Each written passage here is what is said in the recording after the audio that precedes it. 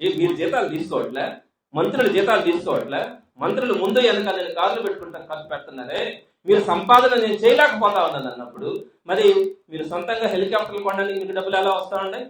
అలానే ప్రతి ప్రైవేట్ కార్యక్రమానికి కూడా ముఖ్యమంత్రి గారితో పాటు వాళ్ళ అబ్బాయి కానీ, అలానే డిప్యూటీ సీఎం గారు కానీ వీరందరూ కూడా స్పెషల్ చాపర్స్ లో వెళ్తా ఉంటారే, కొన్ని పదుల సార్లు ఢిల్లీకి వెళ్తా ఉంటారే. సంవత్సరాలలో ఎంతెంత ఖర్చులు అవుతా ఉన్నాయండి?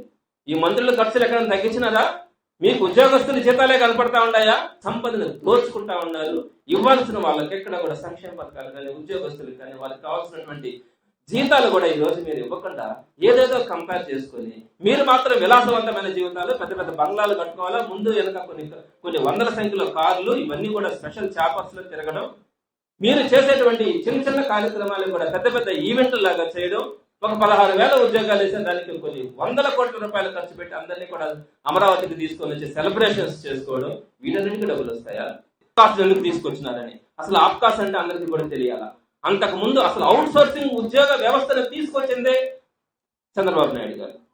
రెగ్యులర్ ఉద్యోగాలు ఉంటే వాళ్ళ మాట వినరు, వారి దగ్గర మనం పని చేయించుకోలేము, వాళ్ళకి భయం ఉండాలా, ఎప్పుడు పని చేయకపోయినా కూడా తీసేస్తారనే భయాన్ని వాళ్ళకి కలిగించాలా అన్న ఉద్దేశంతో మీరు అవుట్ సోర్సింగ్ ఎంప్లాయీస్ ని తీసుకొని వస్తే, దానికి ఒక చట్టబద్ధతను తీసుకొని వచ్చి, దానికి ఒక ఆప్కాస్ అనే ఒక వ్యవస్థను తీసుకొని వచ్చి, దాని ద్వారా కరెక్ట్ గా 1వ తేదీ జీతాలు ఇచ్చి వారికి కావాల్సినటువంటి పిఎఫ్ కానీ, ఈఎస్ఐలు కానీ అన్ని వాటిని కూడా వాళ్ళందరికీ కూడా ఒక ధైర్యాన్ని ఇచ్చినటువంటి ఒక వ్యవస్థ ఆప్కాస్.